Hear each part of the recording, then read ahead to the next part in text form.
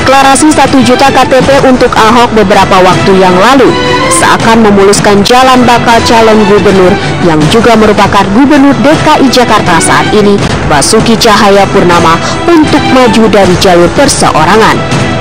Jalur perseorangan memang menjadi pilihan Ahok sejak awal untuk bisa bertarung dalam perebutan posisi pemimpin ibu kota negara ini. Selain berhasil mengumpulkan 1 juta KTP, elektabilitas Ahok masih teratas dibandingkan para pesaingnya. Berdasarkan hasil survei Saiful Mujani Research and Consulting, Ahok masih mengungguli para bakal calon gubernur DKI Jakarta lainnya. Kendati Ahok mengaku memiliki hubungan baik dengan PDIP, hal itu justru tak menjadi jaminan bahwa PDIP akan memberikan dukungannya.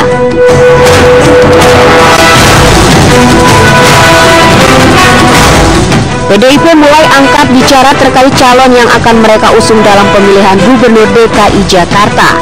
6 nama pun dirilis sebagai hasil dari proses penjaringan yang dilakukan PDIP pada bulan Mei lalu. Sebut saja Yusril Iza Mahendra, Abraham Lunggana, Sandiaga Uno, Hasnaini, dan beberapa nama lainnya menjalani uji kepatutan dan kelayakan demi bisa maju dalam kancah perebutan posisi orang nomor 1 di ibu kota. Adapun 6 nama calon gubernur yang telah lolos seleksi kini masih dirahasiakan untuk kemudian dilaporkan pada Ketua Umum PDIP Megawati Soekarno Putri yang akan menentukan pilihan.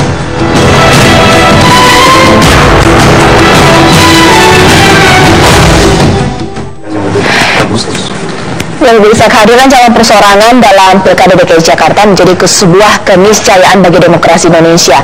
Ketika kemudian Ahok maju menjadi calon perseorangan dengan teman Ahok, dalam proses tersebut kemudian sudah mulai muncul banyak survei yang mengatakan bahwa Ahok masih mengungguli survei, dan ada juga mengatakan bahwa PDIP menemui beberapa masyarakat yang kemudian ditemui oleh elit PDIP dan mengatakan Gubernur Basuki Cahayapurnama tidak diinginkan lagi kemudian memimpin Jakarta. Apakah benar survei kemudian ini datanya valid? Karena kemudian Ahok pada saat ditanya tidak mengerti juga kemudian siapa yang kemudian ditemui para elit PDIP tersebut kemudian bisa mengatakan bahwa mereka tidak menginginkan lagi nih Pak Gembong bahwa Ahok ingin menjadi pemimpin Jakarta lagi. Makasih Mbak. Jadi begini, ketika 28 anggota DPRD DKI Jakarta melakukan reses ke daerah pemilihannya masing-masing, sekaligus partai memberikan tugas titipan dalam rangka melihat respon masyarakat terhadap calon pemimpin 5 tahun ke depan. Hasil dari reses yang dilakukan oleh teman-teman untuk mengunjungi dapilnya masing-masing, seperti disampaikan oleh Pak Bambang DH bahwa 80% warga yang dikunjungi itu mengatakan tidak. Kenapa tidak? Yang dipertanyakan oleh warga adalah mereka menagih janji kepada pemerintahan Jokowi Ahok saat itu adalah dalam konteks memberikan pelayanan kepada warga Jakarta. Misalkan bahwa saat itu janjinya Pak Jokowi Ahok itu adalah ingin menata Jakarta tetapi tidak melakukan penggusuran. Lah akhir-akhir yang terjadi kan penggusuran masif di mana-mana. Nah inilah yang menjadi pertanyaan warga di tengah-tengah masyarakat, khususnya warga kelas menengah bawah, itu yang mengakibatkan warga khusus yang ditemuin oleh teman-teman anggota DPRD, 28 anggota DPRD itu mengatakan 80% warga yang ditemui itu mengatakan tidak terhadap incumbent. Pak, ini yang dilakukan para elit PDIP ini tujuannya apa sih? Apakah ingin memetakan bahwa semakin meyakinkan lagi PDIP tidak ingin mengusung Ahok sebagai Gubernur DKI Jakarta? Bukan, ini pemetaan saja Pak, pemetaan. Artinya apa yang disampaikan oleh seluruh anggota DPRD ketika rapat pleno fraksi yang dipimpin oleh PLT Ketua DPD Pak Bambang DH, teman-teman dari 28 anggota menyampaikan apa adanya yang mereka serap dari denutnya di warga Jakarta yang ditemui saat reses itu, maka yang disimpulkan oleh teman-teman mengatakan bahwa yang saya temui setiap anggota rata-rata melakukan di 6 titik, ada yang 6, ada yang 7, ada yang 8. Dari 8 atau 7 titik itu yang mereka dapatkan seperti itu disampaikan oleh Pak Bambang DH itu. Oke Mas Hanta, ini kan memang survei beragam dengan hasilnya juga beragam, tapi kemudian apa yang disampaikan oleh PDIP ini kemudian ditanggapi serius juga oleh Ahok, kemudian mengatakan ini datanya dari mana. Di waktu yang bersamaan SMRC kemudian melakukan survei bahwa ternyata masih menunggu survei kok Ahok, kemudian ini terjadi. Apa image yang kemudian bisa dilihat masyarakat di sini? Iya, kedua-duanya penting ya. Satu, memberi potret tentang persepsi publik dengan survei. Kemudian PDI Perjuangan memiliki mekanisme untuk menyerap aspirasi, saya lebih tepat menyerap aspirasi dari konstituennya dengan mekanisme internalnya. Nah, dari kedua hal ini, kalau saya membaca, PDIP membuat semacam ini adalah ingin menegaskan posisi tawar saja. Jadi posisi tawar itu begini, kalau Pak Ahok sebenarnya tidak hanya Pak Ahok loh, kira-kira yang calon kami ada calon lain, dan ternyata konstituen kami tidak sepenuhnya ke Pak Ahok dan sebagainya, dan kalau nggak ada Ahok kami bisa lain. Padahal jangan-jangan PDIP memang pengen Ahok sebenarnya. Ini caranya. Tapi sebaliknya Pak Ahok juga begitu, mengatakan ya kalau PDIP nggak dukung saya, dia bisa dengan pengumuman KTP ada teman Ahok, sudah ada partai lain. Padahal jangan-jangan Pak Ahoknya berharap PDIP dukung Pak Ahok sebenarnya. Mereka itu gitu. Jadi sama-sama persoalannya bukan biasanya partai dan figur itu ketidakcocokan kandidat. Kalau PDI Perjuangan ini, kalau misalnya Ahok mau dengan sistem internal, silakan saya diklarifikasi benar atau tidak. Sebenarnya PDIP pengen Ahok, kalau saya membaca ada statement pengen Ahok asal Ahok mendaftar melalui mekanisme PDI Perjuangan. Sementara kan Ahok belum tentu mau melalui tidak mendaftar juga, dan itu posisinya di situ, mau ketemunya di mana. Ahok mengatakan pengen maju tapi agak sedikit ragu juga, bisa tidak dengan jalur non partai, tapi sebenarnya sudah ada Golkar, sudah ada Nasdem, sudah ada Hanura sebenarnya. Tapi di sisi yang lain yang saya baca masih butuh PDI Perjuangan juga sebagai pemenang di DKI dan seterusnya di DPRD, butuh untuk setelah menjadi gubernur dan sebagainya. Jadi dua ini simpul ini sebenarnya dua-duanya yang saya istilahkan benci tapi rindu. Nah, yang jadi korban kasihan di luar. Di luar konstelasi ini, para kandidat yang sudah mendaftarkan PDIP menjadi tersandera gara-gara belum klop di sini. Bagaimana ceritanya kalau tiba-tiba PDIP mendukung si A, ya, itu kan karena pelarian, cinta karena ditolak, tidak cocok dengan Ahok, lalu terpaksa muncul nama si A. Kasihan yang di sini. Karena itu harus ada ketegasan segera dari PDIP yang ditunggu publik menurut saya. Begitu juga dari Ahoknya. Nah, kekuatan dari calon perseorangan adalah si calon tersebut harus susah payah untuk menjaring massa. Kemudian PDIP melakukan survei bahwa ternyata di masa ini ada yang nggak ingin Ahok kemudian memimpin lagi DKI Jakarta. Bagaimana kemudian teman Ahok menanggapinya? Namun sesaat lagi pemirsa tetaplah di Apa Kabar Indonesia Malam Akhir Pekan. Ya, pengamat mengatakan Ahok maju sebagai DKI 1, basis masanya sudah jelas, 1 juta KTP lewat teman Ahok, apalagi kemudian kita perdebatkan lagi. Namun kemudian survei yang dilakukan oleh PDIP, ternyata masyarakat banyak yang nggak setuju kalau Ahok kemudian muncul lagi menjadi pemimpin DKI Jakarta. Gimana tuh? Populasi pemilih DKI jumlahnya lebih besar dari 1 juta KTP yang telah kita kumpulkan. Demikian juga lebih besar dari pemilih PDIP, begitu.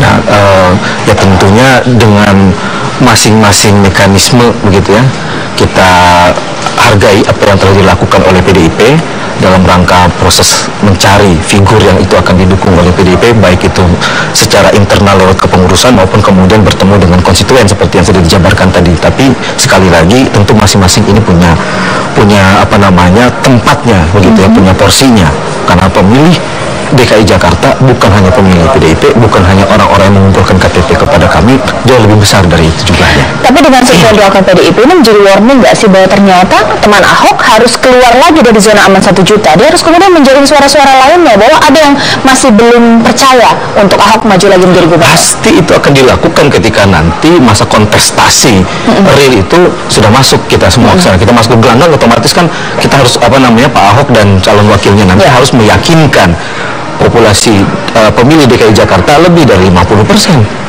Sedangkan KTP 1 juta itu kan belum sampai 50%. Jadi kita memang harus bekerja keras lagi ke depan, jauh lebih keras ketimbang mengumpulkan KTP untuk memenangkan Pak Ahok. Ya, di tengah dengan proses ini, kita tahu bahwa pemirsa kemarin Presiden Joko Widodo bertemu dengan Ketua Umum PDIP, Ibu Megawati Soekarno Putri, meskipun dan mengatakan ini merupakan wujud silaturahmi yang dilakukan oleh Presiden, tapi kita tidak tahu kemudian apa yang kemudian benar-benar terjadi di dalamnya. Ini dia informasi untuk Anda.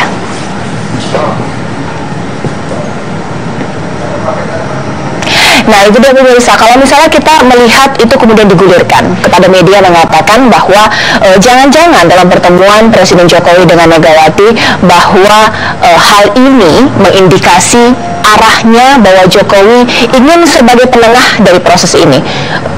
Jiwanya Jokowi berada kepada Ahok, namun kemudian PDIP masih belum sepenuhnya ingin mengusung Ahok menjadi calon karena Ahok stay dengan teman Ahok. Melihatnya seperti apa PDIP?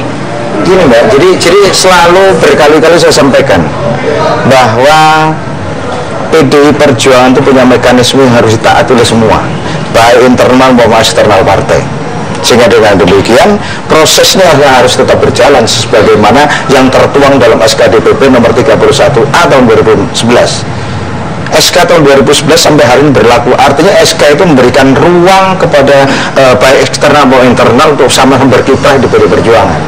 Nah, tentunya dalam kesempatan ini seperti saya sampaikan juga kepada Pak Ahok, kalau beliau ingin mendapatkan dukungan dari PDI Perjuangan, ya tentunya beliau harus mengikuti mekanisme yang ada di PDI Perjuangan. Itu saja sebetulnya.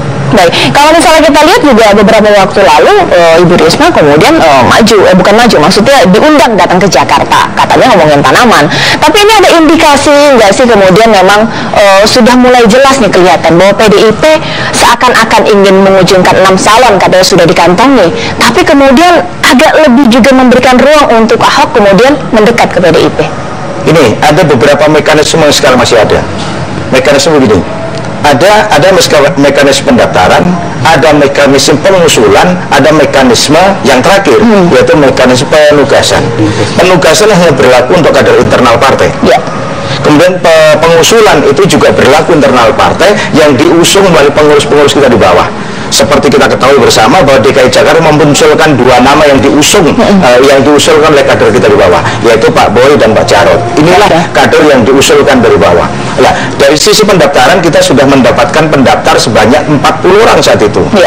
Dari 40 yang memenuhi syarat administrasi ada 34. Dari 34 yang mengikuti psikotes ada 27. Dari 27 itu yang kemarin dirilis oleh Pak Sekjen ada 6 calon atau 6 nominasi yang nanti mereka akan diserahkan kepada Ibu Ketua Umum. Oke. Jadi 6 itu internal dari 27 yang mengikuti psikotes itu, Mbak. Oke. Dalam proses politik, Mas Hanto, kita lihat ini menjadi sesuatu yang biasa ya, partai politik masih mencari-cari, kemudian masih menentukan nih, siapa yang kemudian dicalonkan. Ahok juga masih belum firm antara kemudian maju lewat teman Ahok atau kemudian partai politik. Tapi masyarakat melihatnya ada inkonsistensi nih dari partai politik dan dari calon persoalan. Mereka begitu. Kalau misalnya PDI Perjuangan tegas mengatakan harus mekanismenya Ahok boleh maju, tetapi harus melalui jalur mekanisme internal PDI Perjuangan. Tapi kalau ujungnya nanti ini semakin ujungnya misalnya ternyata dukung Pak Ahok juga melalui jalur non partai, itu inkonsistensi PDI Perjuangan yang selalu mengusung ini partai ideologis, Ibu Mega konsisten 10 tahun tidak mau dalam kekuasaan sampai akhir Pak SBY tidak bergabung. Nah, ini anti klimaks. Ternyata PDI Perjuangan ya agak sulit untuk memegang. Itu satu hal. Pak Ahok juga begitu. Satu hal ingin membangun ya partisipasi dari masyarakat teman Ahok yang perlu diapresiasi sebagainya. Tapi ternyata ujung-ujungnya orang bilang partai juga yang dukung. Nah, ini kan soal 2 hal kalau saya membaca. Komunikasi sudah jalan. Soal marwah politik, political pride. Jadi soal harga diri politik nih, dua-duanya bertahan. Yang kedua saham politik barangkali. Kan berbeda. Yang siapa yang musuh itu kan penting. Nah, 2 hal inilah yang menurut saya harus harus ada titik temu ya di antara keduanya. Kalau memang tidak, PDI Perjuangan tadi ketika Bapak bilang mengatakan bahwa sudah lama ya disampaikan salah satu mekanisme ada penugasan. Sepanjang ada pintu masuk melalui penugasan ini, bacaan saya yakin PDI Perjuangan sebenarnya menyiapkan pintu buat Pak Ahok. Kalau sudah tahu itu spesial. Kalau saya baca itu buat Pak Ahok sebenarnya. Kalau pengen Pak Ahok sebenarnya, cuma mau nggak Ahok lewat PDI Perjuangan. Tapi kalau PDI Perjuangan tegas mengatakan tidak terdaftar melalui mekanisme internal tidak mungkin masuk. Berarti Ahok sudah selesai. Nah, kalau posisi Presiden Jokowi kemudian menemui Ibu Megawati, bagaimana kemudian Jokowi menanggapi hal ini? Sebelum Anda jawab, saya luruskan dulu. Jadi penugasan hanya berlaku untuk internal partai, hanya berlaku. Tapi bisa kan? Kader partai. Hanya jadi namanya penugasan hanya berlaku untuk kader internal partai. Sementara Ahok kan bukan kader. Maka yang satu lagi tadi pendaftaran hanya pendaftaran. Pengusulan. Nah, itu pengusulan buat Pak Ahok ya. Itu. Di tengah proses ini kemudian terjadi, ada kemudian Jokowi yang kemudian menemui Ibu Megawati. Kita tahu bahwa Jokowi dekat kepada Ahok dan juga dekat kepada Ibu Megawati. Menjadi penengah yang baik nggak sih untuk masalah ini? Ya, sebenarnya tergantung. Kalau Pak Jokowi sebagai pribadi boleh-boleh saja, tapi sebagai presiden menurut saya ya kurang tepat juga. Nah, tapi ini politik. Tapi yang penting begini, kalau pertemuan itu dibaca silaturahmi sawalan bisa, kemudian juga bisa bicara reshuffle, bisa bicara soal ini dan seterusnya. Tapi ini ujungnya pertemuan-pertemuan semacam ini yang dibaca publik tadi seperti saya katakan soal konsistensi. Nah, bagaimana kalau misalnya sebenarnya memang rindu, sebenarnya benci itu hanya seolah-olah di publik, yang dicari titik tengah agar ketika PD Perjuangan memutuskan mendukung Ahok, nah mungkin itu yang jalan tengah tadi ada yang memfasilitasi PDI Perjuangan tetap dengan mekanisme internal. Ahok kemudian menjadi calon dari PD Perjuangan juga tanpa meninggalkan mekanisme KTP, teman Ahok dan sebagainya. Tapi kalau tidak, PD Perjuangan sejak awal kalau tidak Ahok ya kasihan yang lain menunggu daftar itu kasihan. Nah, itu menurut saya beri pembelajaran demokrasi dari PDI Perjuangan juga perlu. Jangan sampai justru mereka menjadi tanda petik tumbal politik. Kalau jika sebelumnya kemudian Ahok sangat konsisten untuk maju kemudian menjadi calon perseorangan, sekarang memang kemudian kita lihat di media sudah mulai melunak ya, kemudian mengatakan antara PDIP dan Ahok tinggal menunggu waktunya. Tapi di sini kan kita tahu bahwa ada teman Ahok yang berjuang batu-batu untuk 1 juta KTP. Apakah kemudian tetap dengan jalur perseorangan atau kemudian sudah melirik ke partai politik? Nanti kemudian kita akan bahas sesaat lagi. Tetaplah di Apa Kabar Indonesia Malam Akhir Pekan. Kami akan kembali. Iya bisa. Kalau misalnya kita sudah beredar di media bahwa dari PDIP sudah menjaring 27 calon, kemudian dikerucutkan lagi menjadi 6 itu saya penasaran. 6 ini siapa aja Pak? 6 masih dirahasiakan. 6 yang penting ya. Yang pasti Pak Sekjen sudah merilis ada 6. Dirahasiakan karena memang ada atau jangan-jangan ini nggak ada Pak? Ahok jadi jangan-jangan sampai 6. Bukan. 6 itu pasti ada. Dari 27 itu keluar 6. Tidak ada Pak Ahok di situ. Tidak ada Pak Ahok. Itu di luar Pak Ahok, di luar Bu Risma dan yang lain-lain. Bagaimana kemudian ada proses yang sudah dilewati, akan tetapi jika kemudian hak prerogatif dari Ketua Umum menentukan jika ya Ahok kemudian ada kekecewaan dari yang kemudian sudah melalui proses panjang. Enggak lah, karena itu hak prerogatif itu diberikan oleh Kongres. Jadi Kongres memberikan keleluasan kepada Ketua Umum, diberikan hak prerogatif untuk menentukan kebijakan-kebijakan bersifat strategis. Nah pertanyaannya, tentunya DPP sudah mengkalkulasi apakah DKI Jakarta masuk kategori strategis, yaitu DPP lah yang tahu persis. Kan begitu. Pak Gembong, sebenarnya tujuan dari untuk Pilkada DKI, PDIP ini lebih memilih apa sih?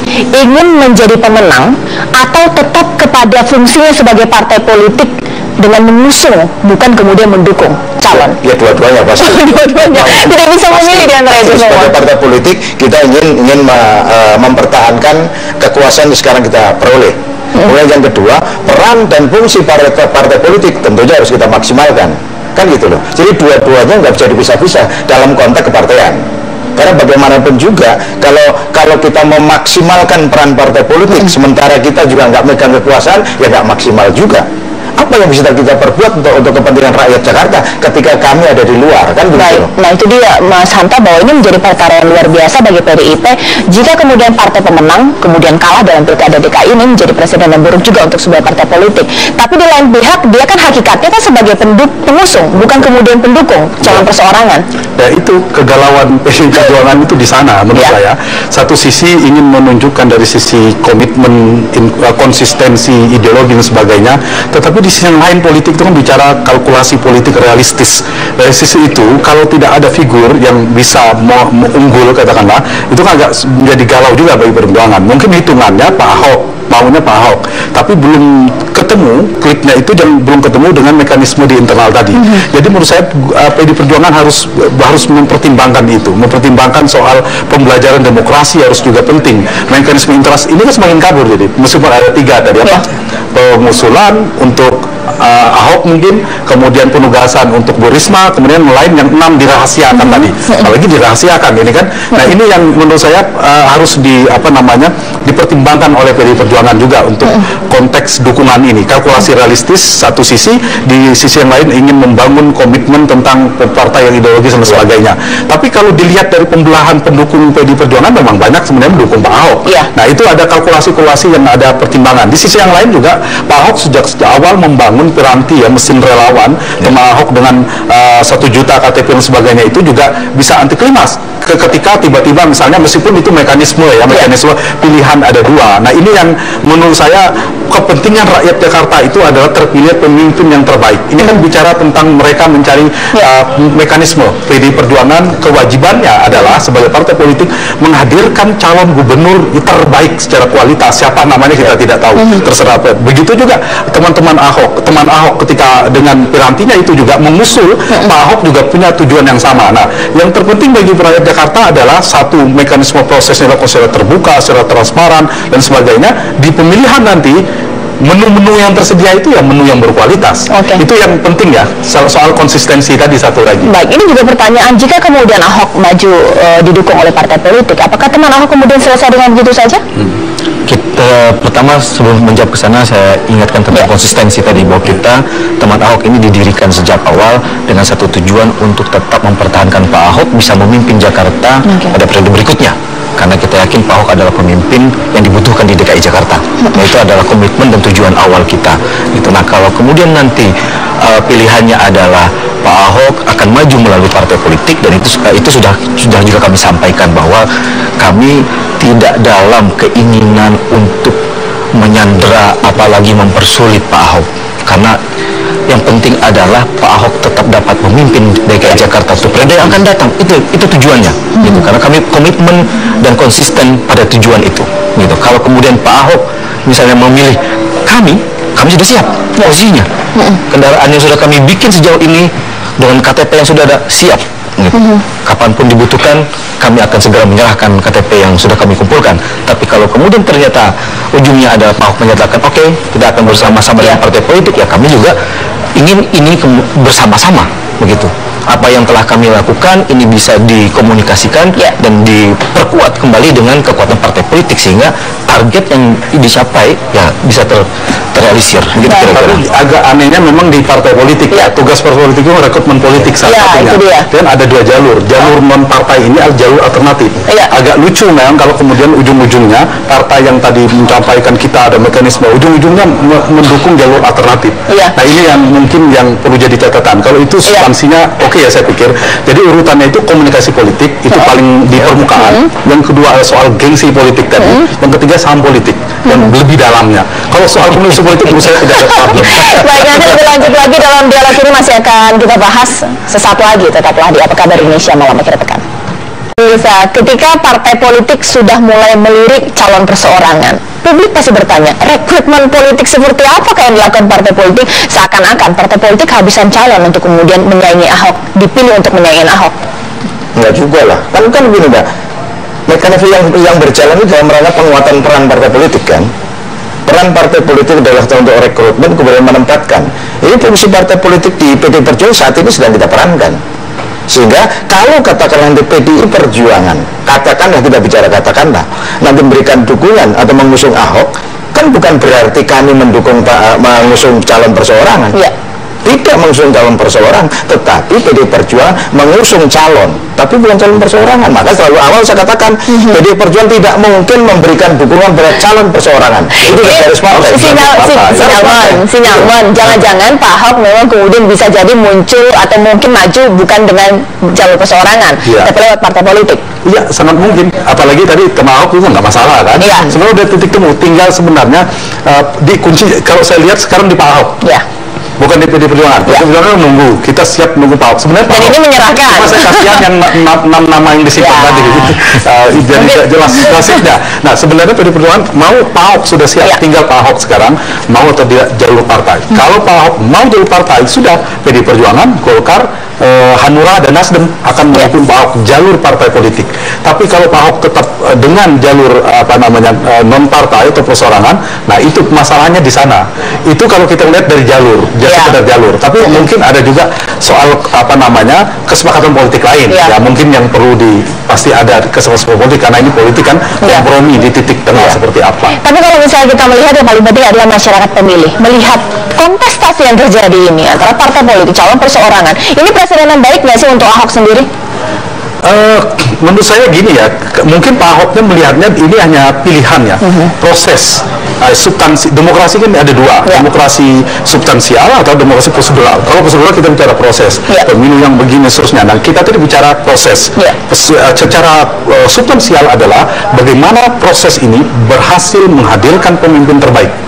Setelah siapa? Nanti ada pilihan rakyat Jakarta, pilihan terbaik yang betul-betul secara integritas, kapabilitas dan sebagainya. Itu kan substansinya. Nah, soal pilihannya semua punya jalur. Kalau jalur non partai perseorangan itu konsesional, diatur oleh konstitusi. Partai politik juga konsesional. Cuma tadi ada catatan, ada pembelajaran demokrasi di partai politik.